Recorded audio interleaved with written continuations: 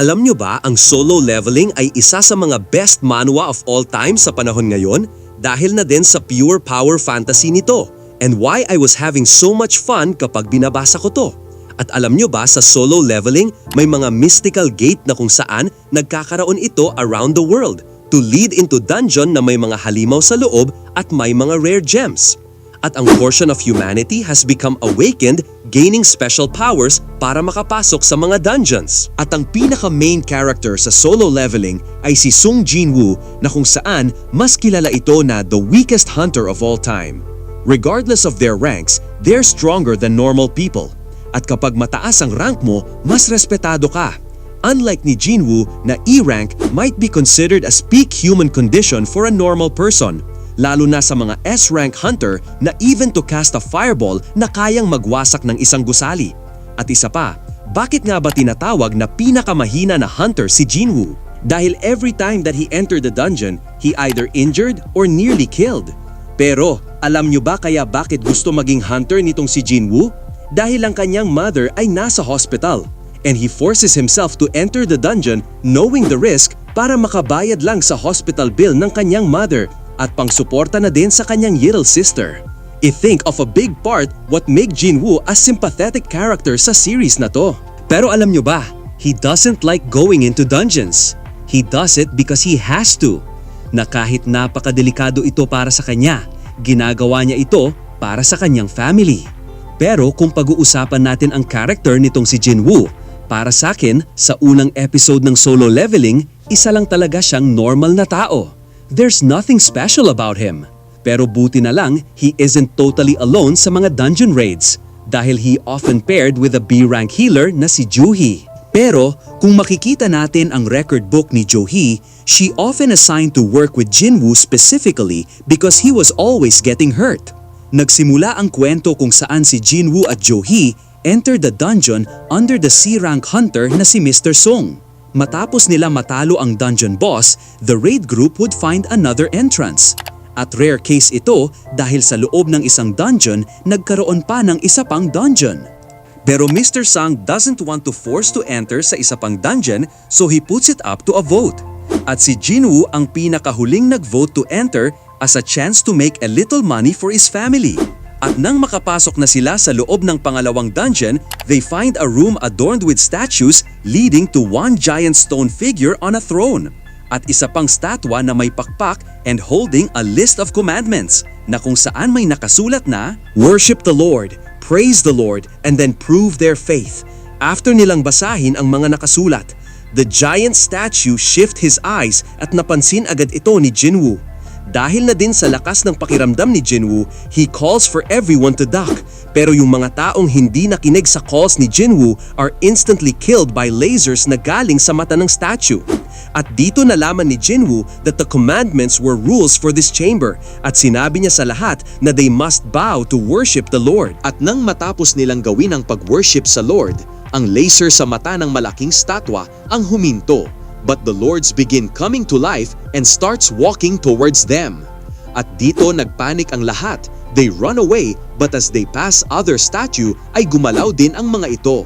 At dito nalaman ni Jin-woo na kailangan nilang lumapit sa statwa with holding instruments and they too spring to life at nagsimula magkaroon ng music praising the Lord. Matapos nilang masolve ang pangalawang commandments, Jin-woo actually loses one of his legs in this test para lang ma-ensure his friend's safety. Matapos lang mga pangyayaring naganap, the altar open up in the center of the room at isa-isa silang lumapit dito na kung saan may mga pulang apoy na nakapalibot sa kanila. Once everyone is there, a blue ring fire appears at dito nagbukas ang malaking pintuan ng dungeon offering them their escape to freedom. Ang pinaka-test dito ay magstay lang sa altar dahil every time na may aalis sa pwesto, the flames begin to extinguish faster and faster. At kung sino ang maiiwan sa altar ng mag-isa will be killed by the statues in the room. Proving your faith is choosing to stay on the altar at hindi mag-iwanan sa dulo. Pero hindi ganon ang nangyari. After makita nila ang pintuan na bumukas, they running for the exit. Some even have the nerve to say that they need to escape for their family's sake. Matapos makatakas ng iba, si Jin-woo Juhi at Mr. Sung na lang ang naiwan sa altar. Pero bago natin pagpatuloy ang kwento, Kung mahilig ka sa mga RPG games, lalo na yung may open world, may fantasy vibes, at yung tipong relaxing pero action-packed, aba, kailangan mong subukan tong AFK Journey.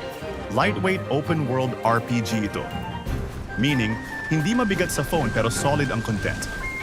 Pwede kang mag-build ng sariling base, mag-upgrade ng resources, mag-craft ng gamit, at ang cool pa, pwede mong i-visit ang homestead ng mga friends mo in-game. At kung mahilig ka sa mga raid system gaya sa mga anime like Solo Leveling or Fire Emblem, may ganyan din dito.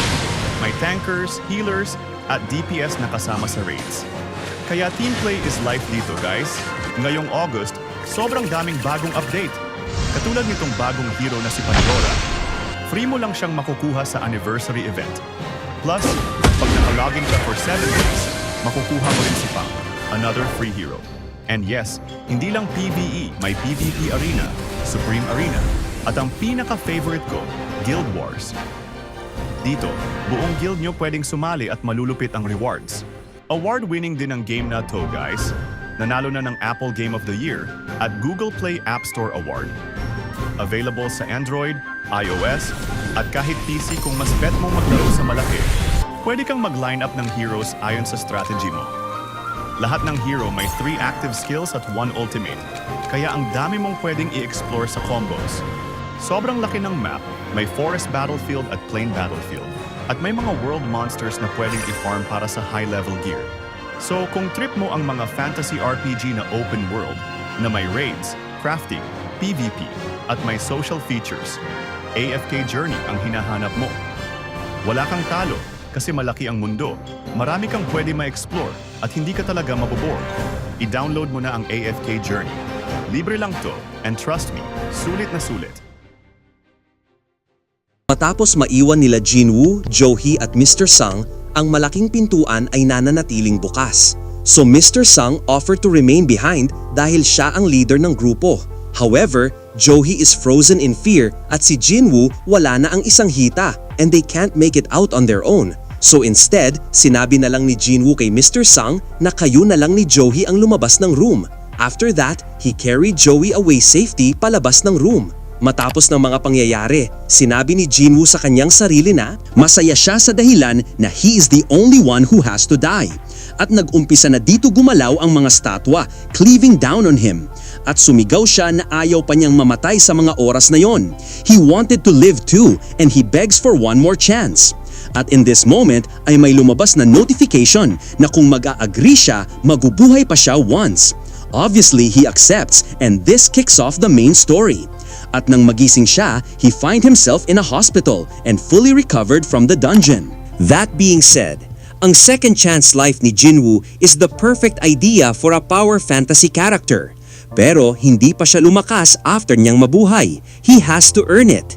He ended up being found alive sa loob ng dungeon at ang pinagtataka ng iba, lahat ng statues na sinasabi ng mga nakaligtas ay completely vanished. Dahil doon, ang Hunter Association sent Hunter to ask question to Jinwoo dahil they believed na Jinwoo had received the second awakening. Pero after testing his mana, na-find out nila na 10 points lang ang naging measurement nila kay Jinwoo, so they dismissed this idea.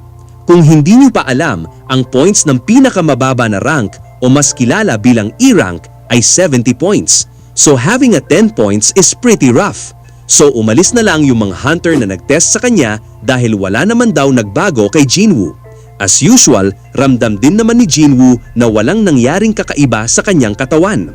Nang may biglang lumitaw sa notification. Dahil sa curiosity, pinag-aralan ni Jinwoo yung parang game panel na nakikita nito na may potential by becoming player, so Jinwoo has to earn the ability to level up habang ang ibang mga hunters have to power set in stone. Habang siya, kahit mag-isa na lang siyang lumaban. And another thing is, binigyan siya ng system ng daily routine training. And if he completes that, he can get 3 skill points na pwede niyang ilagay sa 5 categories. Katulad na lang ng strength, agility, health, sense, and int.